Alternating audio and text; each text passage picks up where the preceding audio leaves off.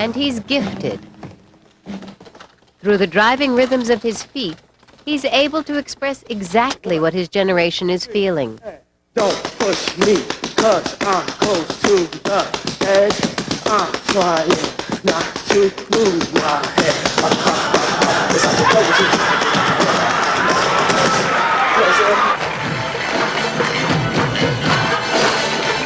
Savion Glover may just be the best tap dancer ever.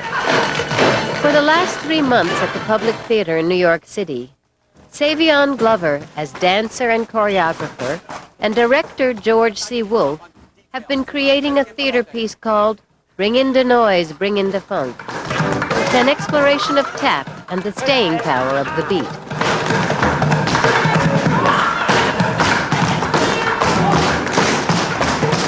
My form of dance and my boys, we have no style.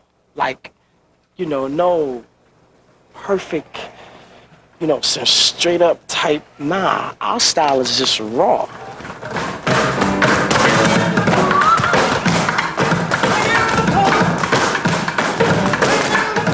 So it got me to thinking in a certain way, just in terms of tap being a folk tradition which has been passed on, and they say I learned from all of the old guys who very probably learned from the other old guys, so that therefore he became to me very fascinating, so like a living repository of rhythm.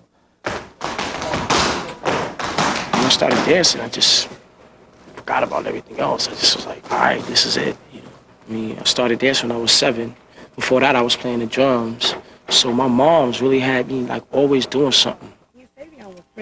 Yvette Glover knew immediately that there was music and rhythm and talent racing through her son's veins.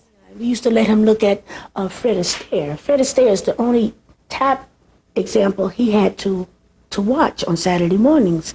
But then when he saw Chuck Green and Lon Chaney, the Hoofers, that was it. Mommy, that's what I want to do.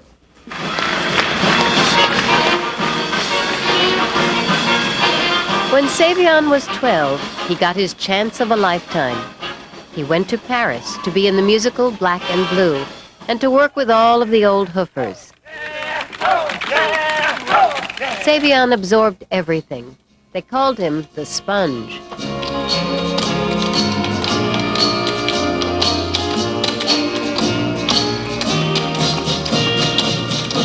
I love him. I've known him since he's a little boy. Gregory Hines has been a mentor and a friend to Savion Glover. But on stage, in the joyful competition of tap, those things don't matter. When he got to be about 13, 14, we'd be dancing against one another, and I'd have to, work up a little perspiration, I noticed. And I'd do a really great step, and then he would just do it. He would do the step I just did. It's very annoying. And then when he got to be about 16 or 17, it was frightening. It was really frightening to have to dance with him. With Maurice Hines, Savion Glover spent a year on the road in Jelly's Last Jam.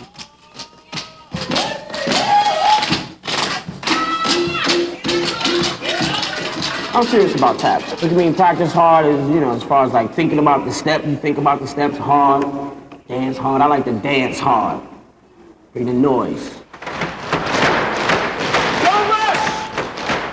Wherever Glover went, he spent time spreading the message of tap.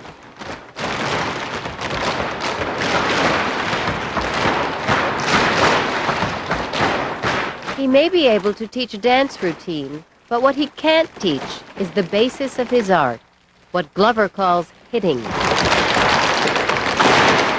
Yeah, listen. Hitting is just like expressing yourself, through the dance, that's it, like nothing you learn, nothing they taught you like in class, or, in dance class, just like what you feel, where you want to take the rhythm. At the Public Theater in New York, as the choreographer of Bring in the Noise, Bring in the Funk, he's taken the rhythms of tap to new places.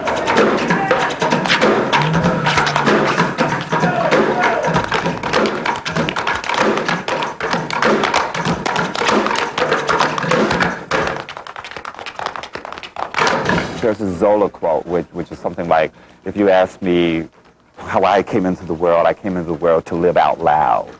And I think that's what Bringing the Noise, Bringing the Funk is. It's Director George C. Wolfe. an unapologetically, joyfully defiant claiming of one's power and one's space through the gifts that one has.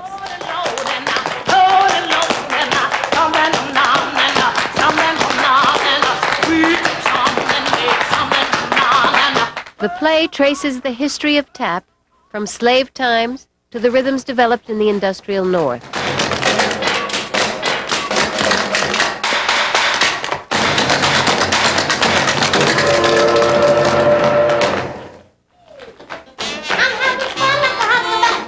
There's a scathing look at Hollywood in the 30s. You having fun too?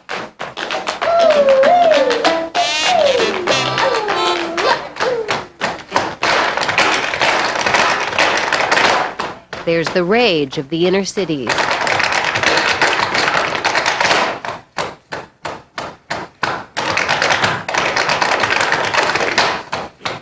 He does tap anyway because of there's a rage. This generation, they're having such a hard time being understood. Okay? That's why a lot of young people like him. He expresses what they feel. Yo, kid, tell what Bernard Guest did. Stack them in their head. I think them niggas is dead. That's like dead. That's like dead. He's really starting to claim his power.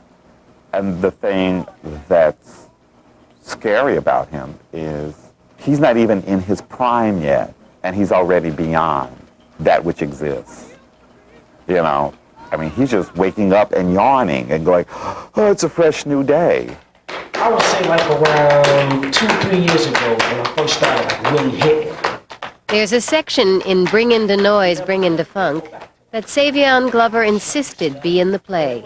It's a tribute to the legendary tap dancers who came before him. Tap dancing, it's like, now that I know what hoofing is, I don't see how people would want to see that old school. And as Savion Glover dances in the semi-darkness, dances to his own thoughts, he is both the past and the future of tap. Hit it.